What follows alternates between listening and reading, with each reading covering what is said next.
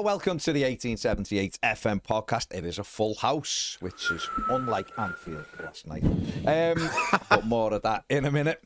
When we can make jokes at the expense of Liverpool, you know things are bad over there. I did say to the lads today when I went in to the other studio, I said, to the dark side. I said, getting a little glimpse into our life at the moment. Do you like it? And I'd already, I've been able to have two little jibes at them this week, and I don't normally. Said with a smile and a bit of fun. Sure. But I did say the other day, I said, you know what, lads? I sat at our stadium the other day when that third goal went in, and I thought, is this what it feels like to be a Liverpool fan?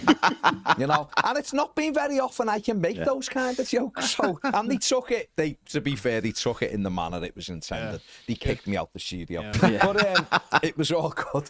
It was all good. But anyway, lads, how have you two been? Not bad, thank you. Not bad, all things considered. Good, thanks, Baz. Very good. That's good. It's half term this week, though, so it's It's just a bit. My kids are older now, so I thought it'd be easier, but it's actually it's not. I'll be honest, Sam, the way you said that sounded like you had a piece of paper in front of you and someone was making you read it.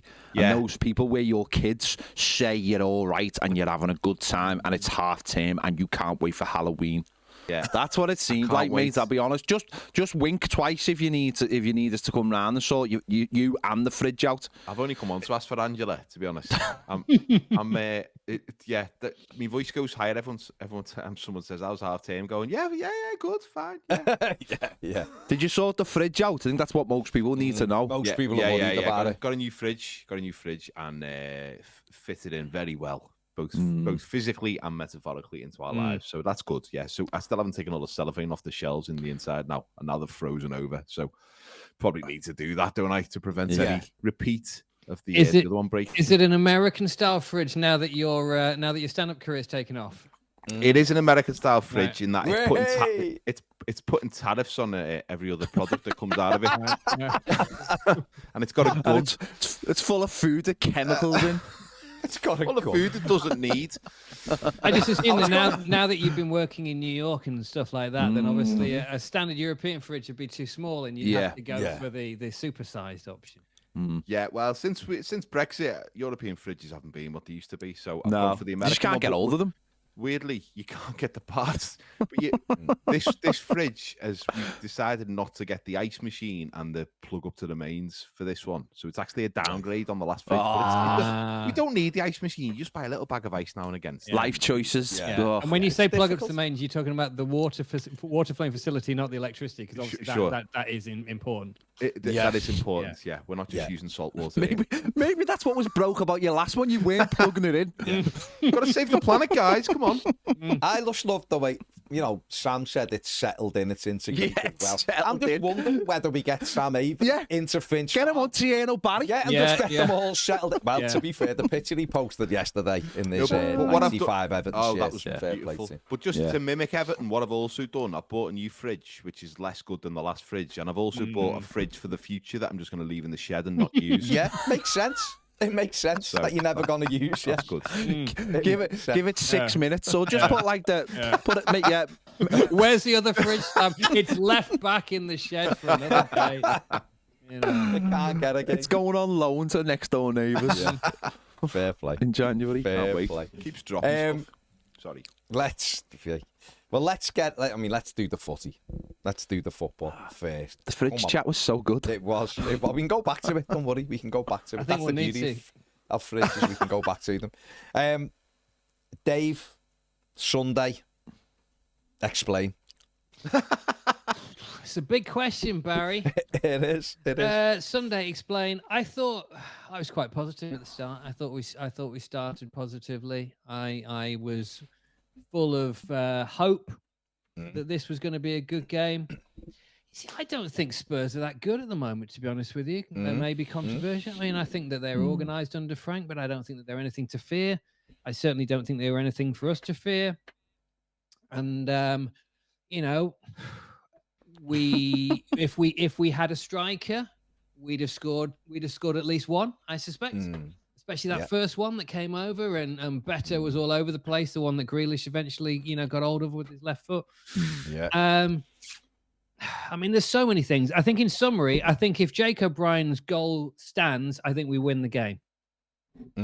That's Few people have said that. that's Yeah, my yeah. viewpoint on the whole thing.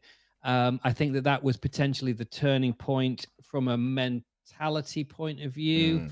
The difference was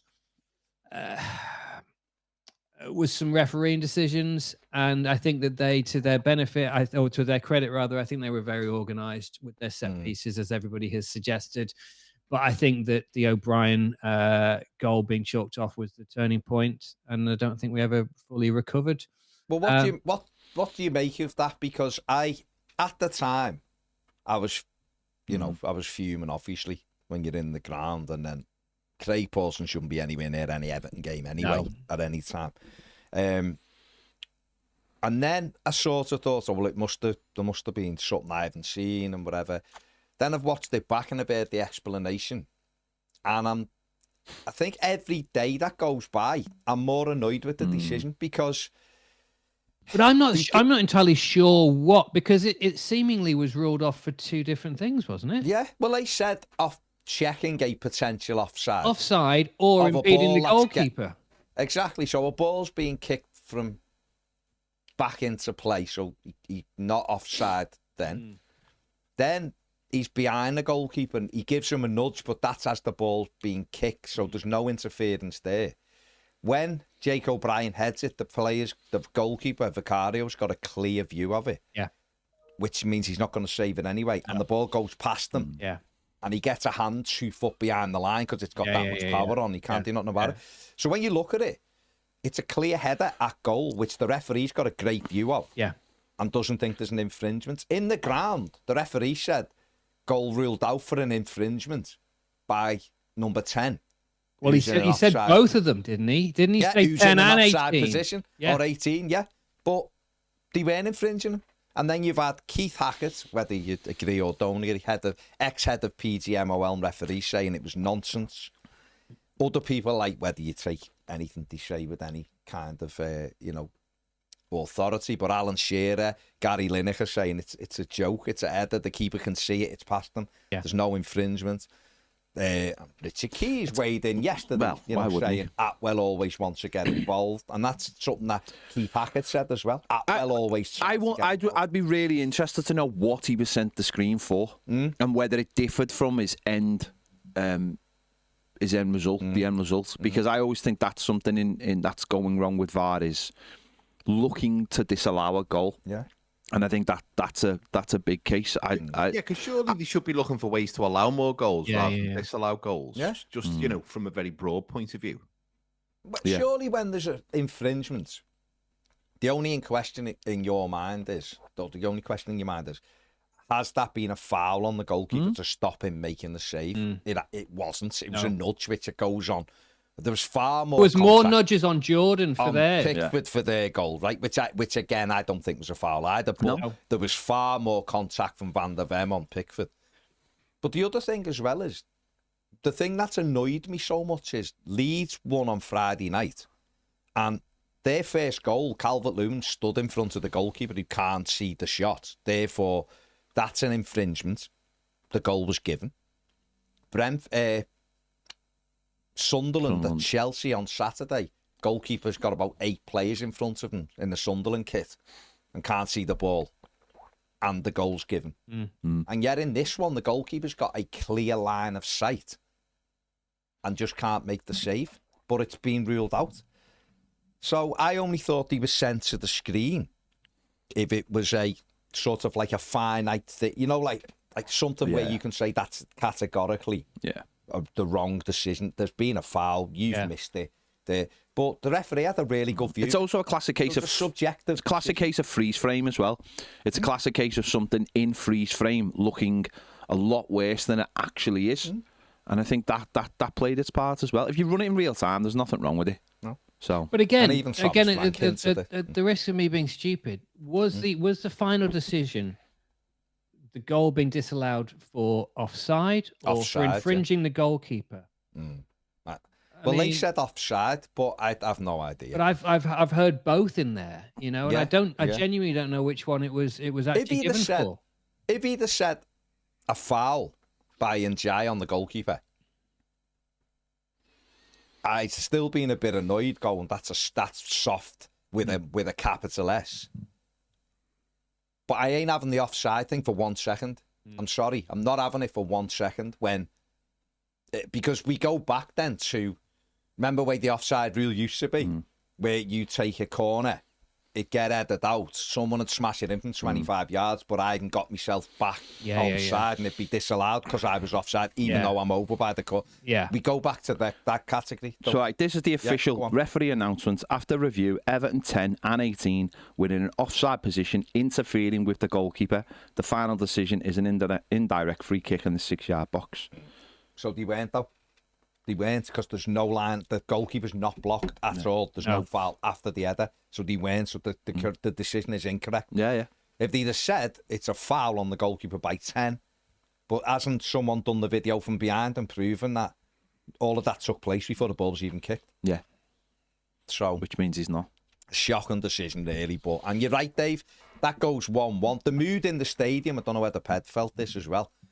The mood in the stadium when that was disallowed it just took, don't get me wrong, it wasn't like the atmosphere was electric before it, but it just killed everything.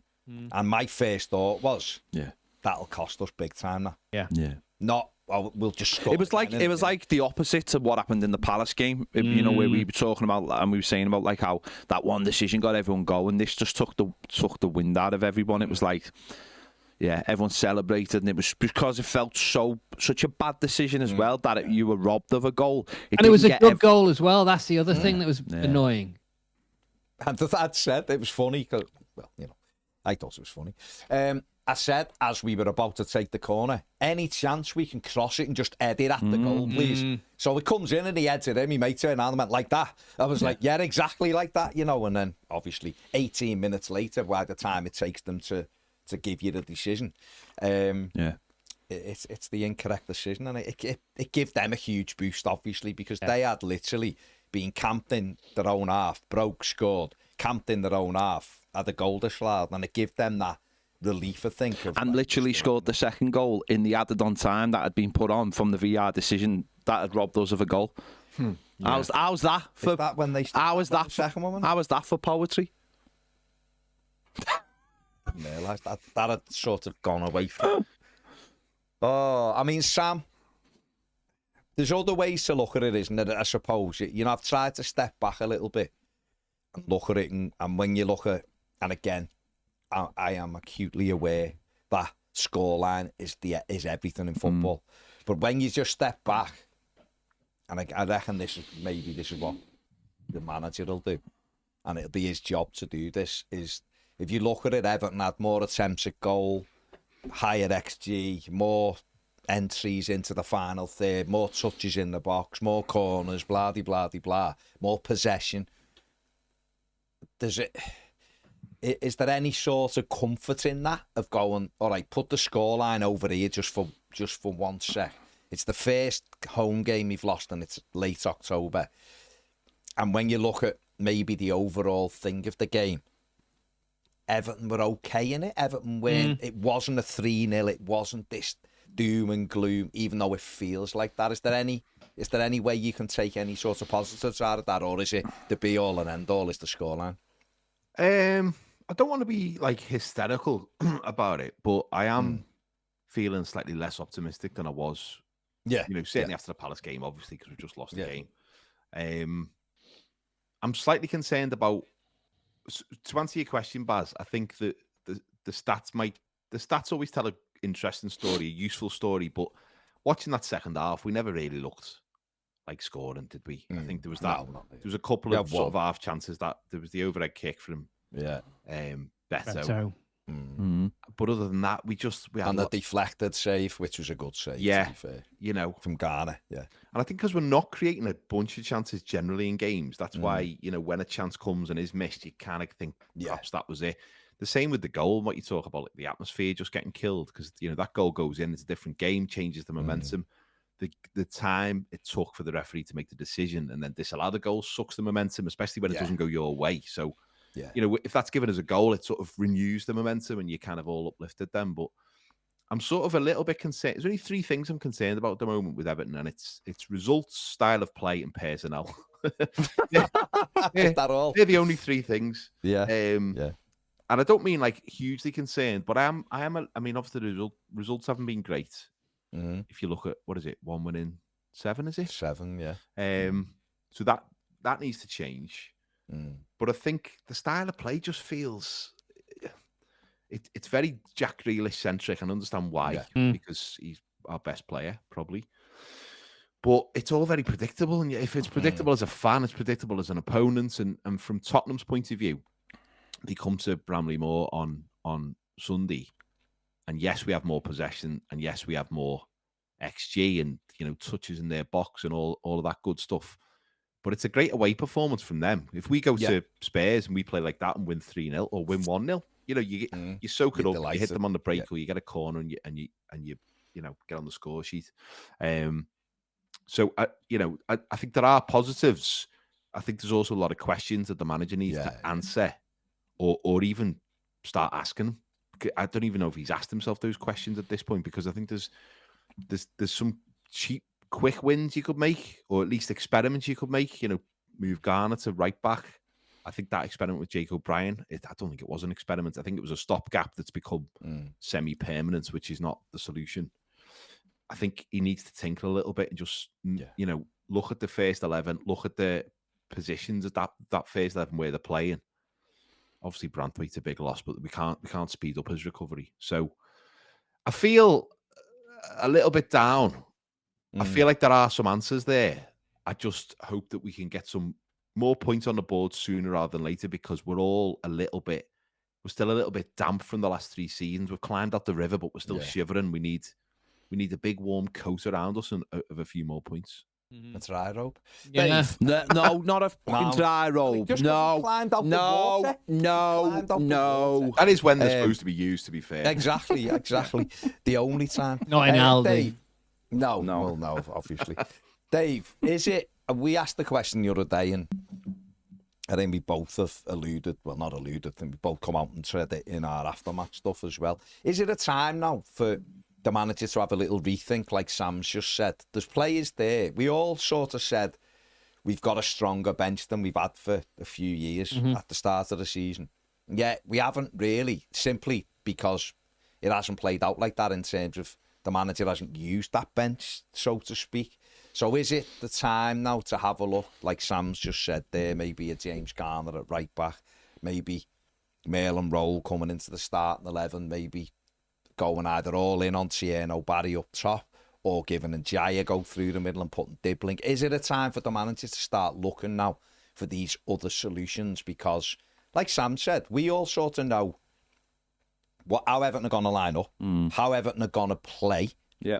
And we're just fans who watch it every week. We are not the opposition who will spend hours analysing what Everton are doing and build a picture for their team to combat it. Do you know what I mean? So is it time, do you think, for the manager to not tear it up, because I think that's too extreme, but certainly mix it up a little bit now and look for other solutions, like maybe the centre-back partnership, either change Michael Keane or James Tarkowski and put O'Brien in? What do you think? In a word, yes, absolutely. I think it's time to have a little play. Certainly in terms of the forward options.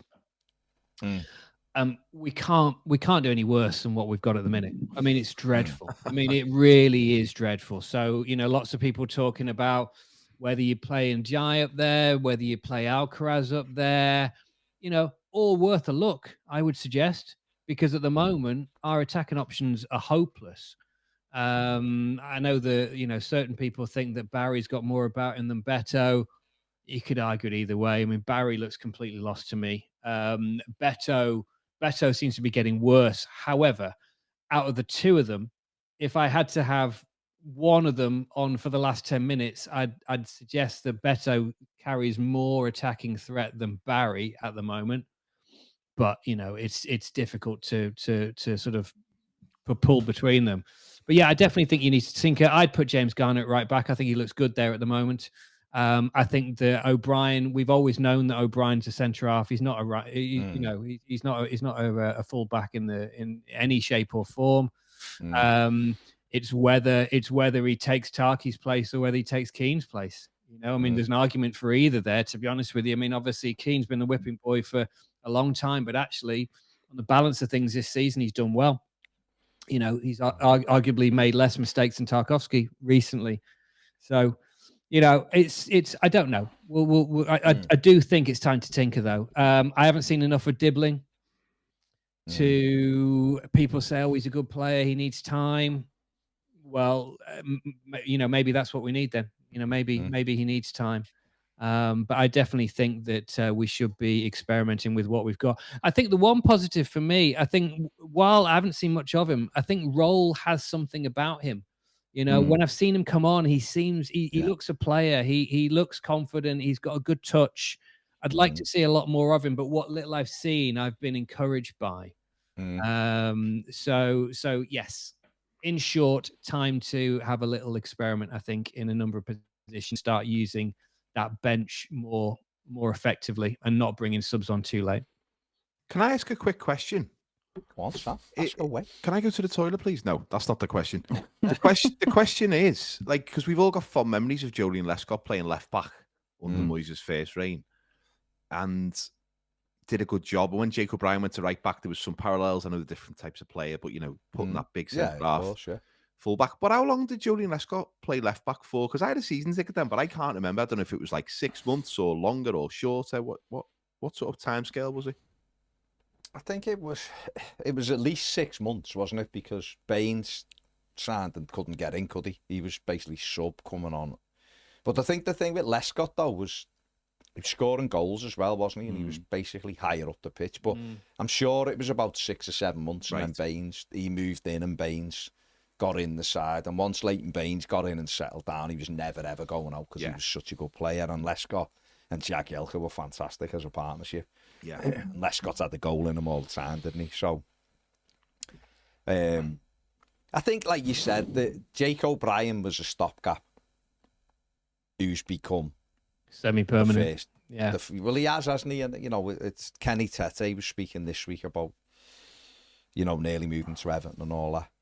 And I know this is a real bugbear of Peds that was the first sort of one that Everton were trying to get done and then never went back in for a right back, which seems a little bit odd. And it seems a bit odd that Patterson would have been allowed to. And I know injuries probably curtailed Patterson going out the door as well, but not right at the end because he was fit again and we wouldn't let him go. And we're not going to injured in the Roma game. Patterson? Yeah. Got injured before the Roma game. He had a hernia problem, didn't he? Issue. But he was still, Seville was still taking him, no? Yeah. Everton wouldn't let him out because apparently he wasn't happy when they weren't happy. He wasn't happy. So it is a bit of a mad one, but I do think, I mean, Ped, do you think it is? I know we have said it, but Sunderland on Monday, he's got to be careful he doesn't make too many changes. But what are the sort of ones you'd think he's got to at least make the change? I think he should have made these changes for Sunday. Yeah. Personally, I think Garner should have played right back, and as I've said a couple of times, to me, putting him at right back during the game was like a slap in the face. Because it's like, well, if you need goals and you're looking to attack more, why aren't you doing that from the start? At home, especially. At home. Yeah. So that I didn't get that. And I think Carlos Alcaraz deserves to start. The forwards, you can just like Dave was saying there, you can. One of them could hit a streak, and I don't know which one of them it would be. But I just think Carlos Alcaraz needs to be playing number 10. You drop Dewsbury Hall back a little into the Garner position. Let him start getting on the ball a little bit more. Yeah. And then Mail and Roll, hopefully, within the next couple of weeks, I think he'll start getting games ahead of Adissa Garner Gay. Yeah. But that's a lot of moving parts. Yeah. I understand that. That is a lot of moving parts. And is that what you want to see eventually then, Roll and Kieran in I think so. I'm holding two. Yeah, I think so, because I don't think Dewsbury Hall necessarily is in the role he's playing. We're getting the most out of him. No. And I think we need someone who can drive forward with the ball. I think that's Carlos Alcaraz. And I feel really sorry for Carlos Alcaraz. I've said this for a while. He is like, and I heard a brilliant thing of this week, saying like, Dewsbury Hall is Buzz Lightyear and Carlos Alcaraz is Woody. And basically, Basically, David Moyes had this toy that he's like, it's just sand, isn't it? And then suddenly this shinier thing come along, and Bud's got last to the back, and with Woody got last to the back, and it's like that's what I feel sorry for Carlos Alcaraz, because when he comes into the team, he makes a difference. And I think certainly home, when you want to drive forward, and I think he deserves to keep that position for the home game. And I think David Moyes has been too quick to change it. It's like, that's, as I've said this quite often the last couple of weeks, is like the 75% of Moyes that I really like, and then there's 25% that just absolutely burns me head out. And it's this inability to maybe just be a little bit more positive or see things quicker, or sometimes he lets things drag on a little bit too longer than they need to, and we see that with the subs. For the main part, it's good, and he's going to give us he's given us a good ground and a good footing for the future, hopefully. But it's that side of things, and I just worry that with modern football, this, certainly with the subs and changing players now, is so important. Yeah. It's so important to keep on top of those things, so not let things just get stale. Yeah. And they can become stale very quickly in football now. So Sunderland, I don't know what changes, but I think he will have to make a couple of changes. But then it wouldn't surprise me if he didn't make any changes. So it's, we'll see what happens. It is a difficult one, because it's, you'll look and go, well, it's not that, things aren't terrible that we have to rip it all up. But I do think we could get more out of it, and it is the tinkering. And he did move stuff around last season, which really helped us, didn't he? He put Jake O'Brien in from nowhere, didn't he? Alcaraz, I know Alcaraz was a little bit in and out, but he'd only just come in, but he made a big difference when he did come in. And you have got to do that, I think. And I think Alcaraz deserves to play. I think, me personally, I would go with James Garner at right back for now. I'd have Jake O'Brien. Me personally, I'd go O'Brien and Tarkowski. That's just me. I think Tarky's performances are down mainly because of who's next to him, not necessarily himself. But I know others have a different opinion. That's fine, no issue. And to be honest, very much like you said with the strikers, you could do that with those two, Dave. Yeah. You could flip a coin and go. You could make an argument for either, couldn't you? Either Keane's done all right, but I just think we're more solid when if it took Tarky out, I'd be a little bit. But he could do either. I couldn't really argue against anyone for either right now, because I don't think either of them are playing brilliantly. In midfield, I would like to see Roll, because I think he's got the energy and the physique, and I do think we have to look at Idrissa and look after him a bit. And Dewsbury Hall, I agree with you, Ped. I think he'd be better just a little bit deeper. I think he can get on the ball and affect it more. I don't think he runs beyond the striker, which is what Alcaraz does, and that causes an issue as well. Yeah.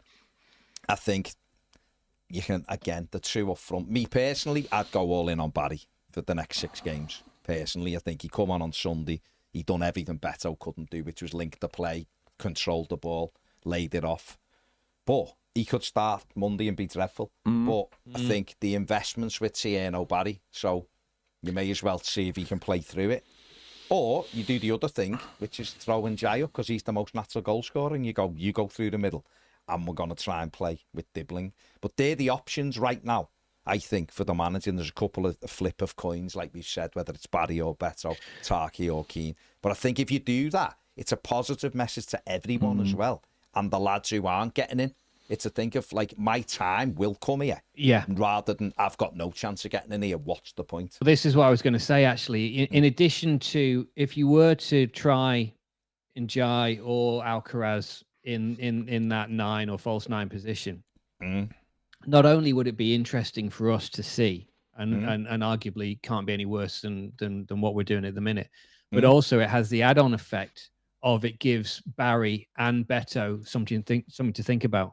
Yeah. In terms of, does that make them, work even harder to try and actually prove the point? So, hopefully that, if that was to happen, and I don't know whether it will happen, I certainly don't think it's going to happen away at Sunderland, to be honest with you. I think if anything like that's going to happen, it'll be at home. But I think it does potentially have an add-on bonus in terms of giving them on the bench something to think about.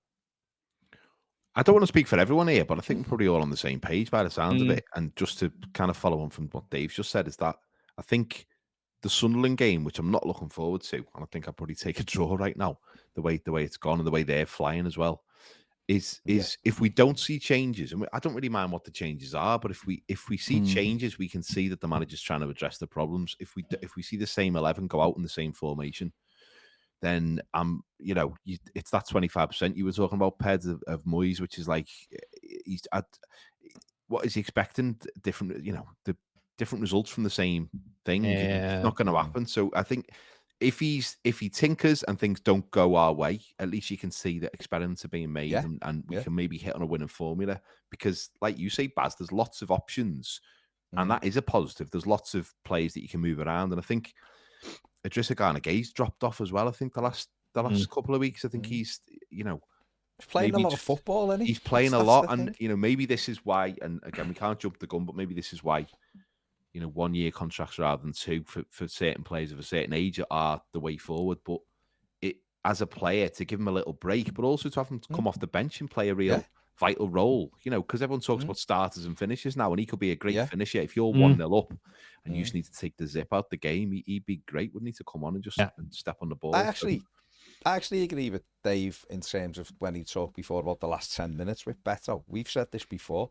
Beto, to me, this is why I'd go in on Barry right now for the next... Knowing that you've got Beto to come on. Because Beto coming on, a little bit fired up, with half an hour, 25 minutes to go, half an hour, a little bit fired up, and the chaos that he causes at a time when... Amongst everybody, the home and away. That's everyone. But he does, and he can be effective like that. And I think you've got to play to the effectiveness. And I think you're right there, Sam, as well, with the Idrissa. Don't forget, he went over and played with Senegal 2 games the other week as well. And he's back and he's playing for Everton and he's running around all over. He never stops. Giving him a little blow and having him, imagine whatever, and he comes off the bench with half an hour to go, or after 65 minutes, and he's everywhere. He's doing almost his 90 minutes in 25 minutes, picking pockets, getting on the ball. It's a 7-foot spaniel. There you go, like that. But I don't understand, right? A, that reference. But B, I don't understand. The way they're just mad. They go everywhere. I know. I'm only messing. I am. I don't understand how Everton, more than any other club, and maybe this is wrong, and it's just because I look at Everton more than any other club, we always seem to fall into this thing of that's our 11, and there's a couple of subs we have. But when I see other teams, they mix their starting lineup up, and no one really says anything. It's just, Moyes isn't a risk taker, though, is he? That's the thing. I know, but even some of these, Dave, probably aren't risks, really, are they? I know, but he likes Merlin Roll. Yeah. He really likes him. He's gone on about him, and he's got on in every game. He's the first sub in every game that he's been available. He put James Garner at right back on Sunday. There wasn't an injury to O'Brien. He made that change. Tierno Barry's, he's given 2 starts out of 9, but he has played them, and he did sign off on him, where he loves to say, and has hinted lots of times, Beto wasn't his striker, kind of thing. So, and Alcaraz, he signed off on him, and he used him last season, and he done well. So these aren't even, I get Dibbling at the moment. He's looking and going, he's only 19, and he doesn't understand. You have to run up and down. But everybody else isn't a risk. And as new, I don't get it, but I do get it if you're looking at Moyes and being the cautiousness. You go, well, he's never played in the Prem, so there's that. But the lads I'm talking about putting in, they're not really risks, with maybe the exception of Barry, but Barry's done it in the top 5 league. But a lot of them have already played this season. Timmy Abunam started games. Exactly. Carlos Alcaraz. It's the thing with it is I don't understand the patterns of it. Carlos Alcaraz can. I think it was the West Ham game. He doesn't come on the pitch. Get on the pitch. No, and then Dewsbury Hall was going to be out the next game, and then he doesn't get on the pitch, and then he plays second half, and he changes the game for us, and then he gets shoved over to the left against Man City, and then he goes out to the team for this game, and it's stuff like that. Tyler Dibble plays the first half against Crystal Palace. Okay, it doesn't do too well, and then gets 5 minutes at the end of City, and then gets no time at the end of Spurs, and it's just like. Dwight York. I'd take Dwight York. I'd take him now with all that baggage, all his kids, everything. Come and have a game. Dwight McNeil. See, I totally forgot his name. That's Dwight McNeil, who's clearly not in the plans whatsoever. He comes on against City, for almost like, just go and have a little run around, lad. And it's like, why aren't you bringing Asnu on for that? And it's just like, just, I can't quite understand Moyes' patterns of what, like the first team, it's dead obvious what he's going to do and how we play. The subs, it's like, it's all over the place, apart from the one, Malin Roll, who he seems to absolutely love. And I think that's why he'll be in the starting team soon. But it's everything else is just like, I don't fancy any of these players. It's like half of them you sign, mate. 2 players started on Sunday who, from 9 signings, of course, 2 of them goalkeepers, 7 signings, and only 2 of them are starting for a team that was pretty dreadful last season. Like, I don't understand that. And that's where you have to start looking at the recruitments and start saying, hang on. Oh, come on! We need to have a little chat about this soon, because by February, that could 5 of them might be starting. I know, but right now I don't care about February. I live in the now, Baz. I live in the very now. Have you seen the world? There's no February guaranteed, mate, with the world at the moment. It's just like I want players to play in the team. Okay, simple as that. No, but I agree, and I think. There's bloody asteroids and everything that people think are aliens, but the world's just gone mad. Imagine if asteroids actually, hampered Asnu's career. Exactly. Well, it did hamper quite a few careers if they come bloody down here. You don't need asteroids, you need hemorrhoids. That'd be bad enough, wouldn't it? I think, though, like, what a luxurious position to be in if we can buy players that we bed in and we, bring in slowly and introduce to the team. And obviously, maybe we should be doing that on a slightly smaller level, with less. Or not at all. Or not at all at the moment, because we need players. We need stars. That's how small a level I'd go for, Sam. Yeah. Just work on the mascots, get a few new mascots in for next season, and sort of, get them ready for the first team. But the team last week, you're right, Ped. It not last week. Last season was poor. We all knew that, and a lot of them are still playing. So. Well, what's mad, Sam, is he did spend the last 4 months of the season saying, this isn't my team.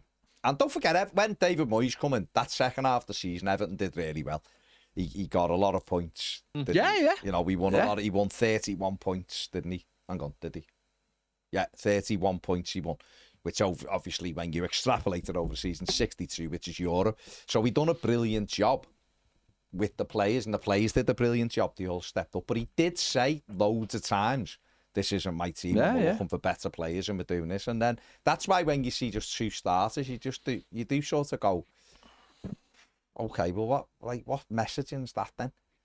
To the others. But listen, it's a long season, and let's hope. It is a tough game on Monday at Sunderland. It's a really tough game.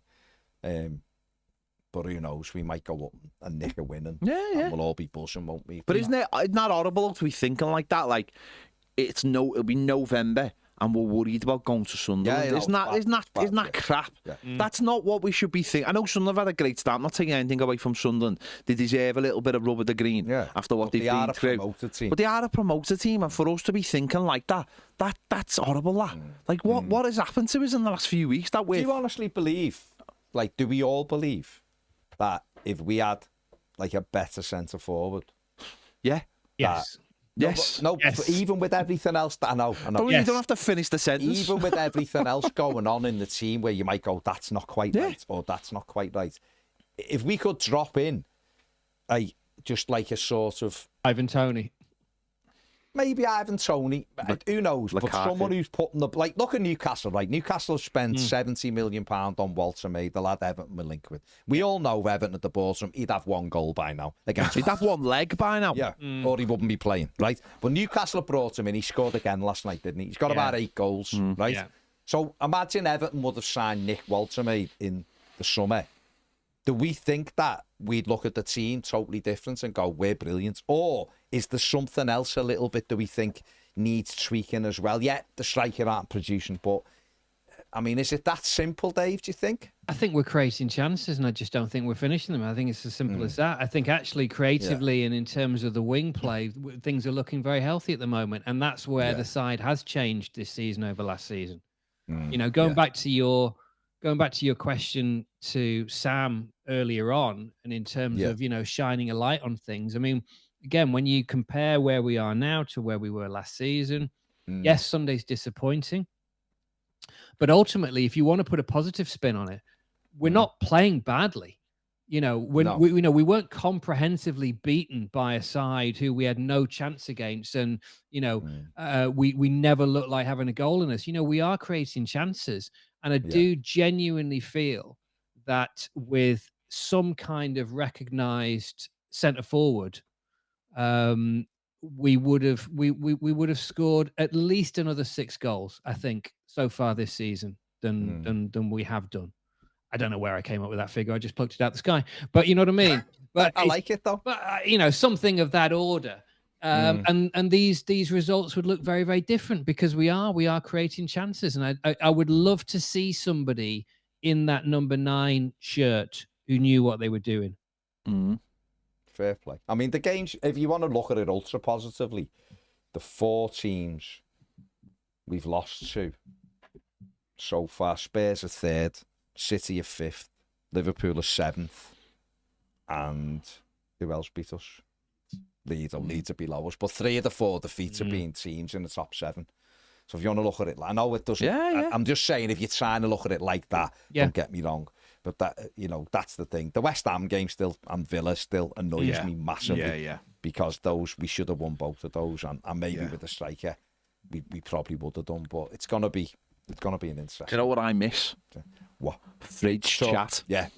I knew you were gonna say. I could see it. I could see it in your eyes. Home appliances is the future for me. For I think YouTube. It's the future. Yeah, for the future of YouTube channels, home appliances. Honestly. Yeah, just reviewing them. Fridge, freezer, fan TV. Fridge, freezer, fan. You know me. I would be fully on board with the air fryers, obviously. Yeah, of course. And where that is going with AI. Where do you think the air fryer market is going with I think combos with pizza ovens.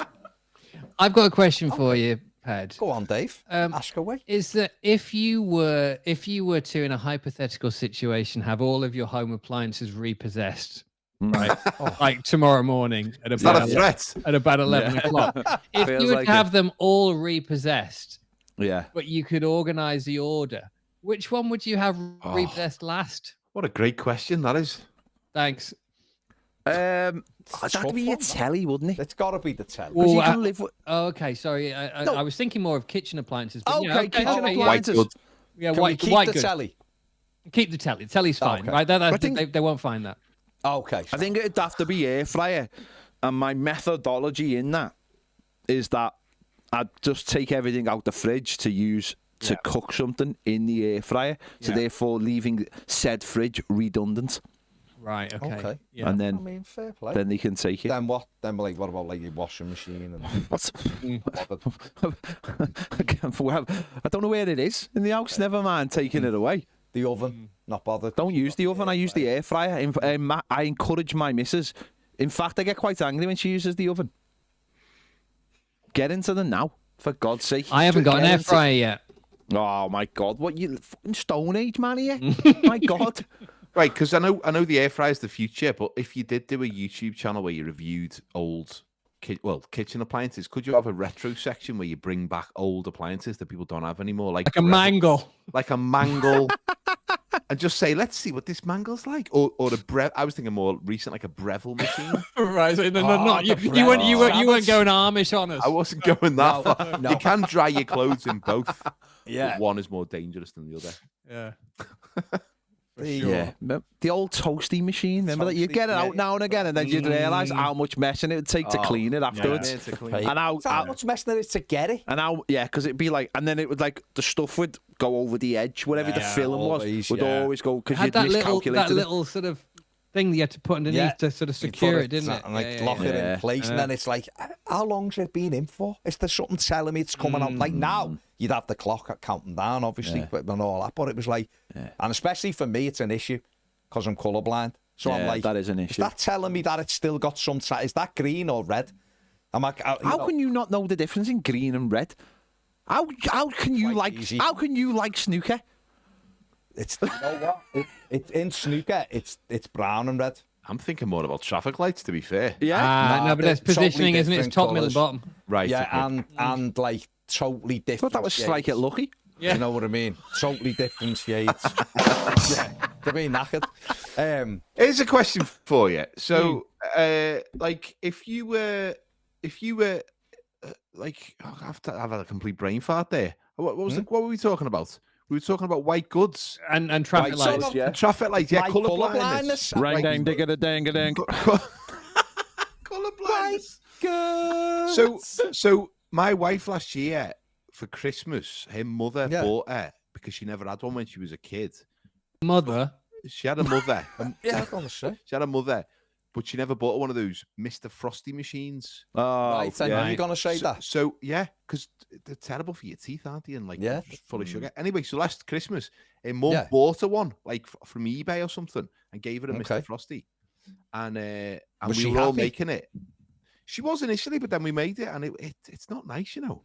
No. Yeah, it's crap, not innit? good. Yeah, Marketing, Sam. That's all. Awful. That actually reminds me of, just if we're on this. Do you remember? You'll remember this. Like, so we were all the kids. Some of us different size kids, obviously.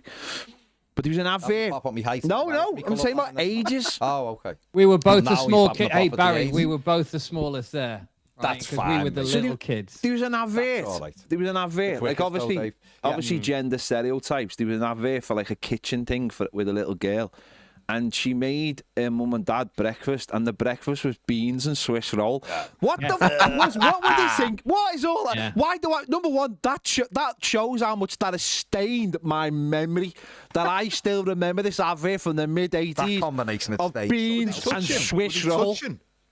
Oh my god! Yeah, they were touching, and they were like, "Here, Mummy and Daddy, I made you breakfast." Now, number one, it was a toy thing, and if it wasn't a toy thing, then how are you heating the beans? What are you giving your kid? beans. So cold beans and Swiss roll. What's going? Where do these people come from? On 2 plates, you've got post-war maybe a Germany. main and maybe a dessert.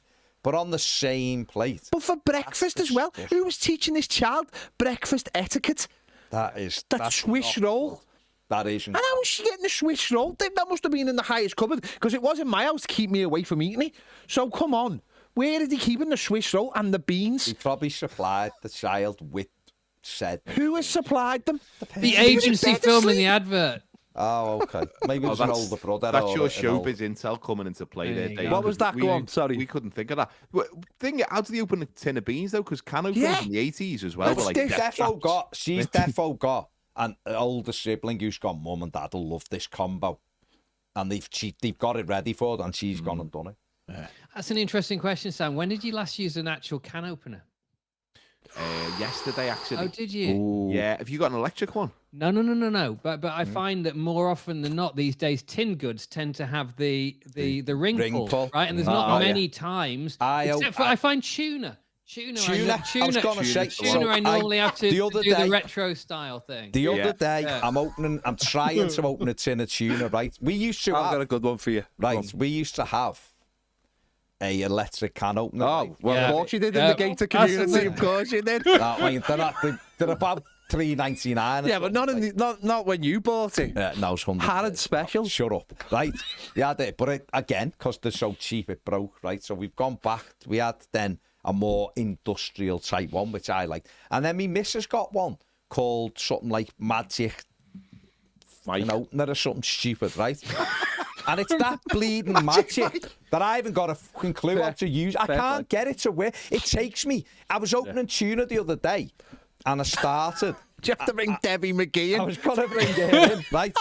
Doing the leg by me head, and Well, do you know what? You've just painted a really horrible image there, because when you've then sort of segued weirdly from the tuna to Debbie McGee high kick with her leg, right? It's just a really weird place that we've just entered. No, it wasn't. oh my God, I'm pining for the days of Swiss roll and beans. back to me tin of tuna and not Debbie McGee opening the leg was I'm having to go in and out, and it took me honestly. Tuna. Not off the tuna. I was fuming, absolutely fuming. How long it took, me. And I'm like, why doesn't this work? Oh my but God! I know that me missus will just put it on and go, the job done. Yeah. And I'm looking at it going, I can work this out. I know, but So I want to go back to the electric. That's the power she holds of you. I was going to ask the question is, how far are we all away from buying that thing that you put on the top of jars to twist it open dead No, I'm easy. all right. My grip's No, on. you're all right, yeah. So I'm dead close to that. I use the door hinge normally. Don't you do that? What? So if there's a jar that you can't open, right? You put the jar in the door hinge, and then you close the door, thus applying pressure to the top of it, and then you can turn it. You sound like someone who opens bottles of beer on the table, like the Cowboys. I'd be worried though in case it broke. Like, that would break the old door. It's split in half. I need one of those jar opening things, but I refuse to get one because it'd just be another question mark against my masculinity. No, you know what? There's Sam, enough of them. Enough of them, yeah. I embrace stuff. I like saw all that that stuff written on the wall in Burtonwood Services the other day. Was that the one next to the big hole? Yeah, the big hole. Yeah, but the thing is, the phone number's incorrect. So, joke's on them. Doesn't work. It's joke's on them. That isn't good if you're having to get it. I mean, I understand why. Make your life easier. It makes your life easier. No, but I just think like we all shy away from these things, and because I've also got those things where, if you're cutting veg and you put it on the, it has like a plastic under bit, and then you bring and it slices it. Your veg. Yeah. Exactly. So it's the same thing. You could do it yourself, but this makes life easier. I got a couple of years ago. I'm looking at them and I'm thinking like, I'll get like a couple of like house like Christmas presents, like, but just no for us. For the whole family. Yeah, not really. Tin But openers. it under the guise of like a surprise from your missus, right? But it was for everyone, right? No, just like one of. Listen, it's just a by the way. It wasn't anything she wanted. Did you put it in a Pandora box? No, it was no, not quite the outfit. It was a by the way, right? But it could be one of them, right? But it also had like a Boss cheese thing, right? Oh, yeah. So I'm thinking, it looks amazing. Put the cheese in, no grating, just go like that's dead easy, right? I think I've used it 3 times, right? It's brilliant, but it's a fucking pain to clean, right? I like this last album, by the way. No grating. No grating. Cracking one, yeah. I think Dave met him in New York once. Yeah, I did. With 50 cents.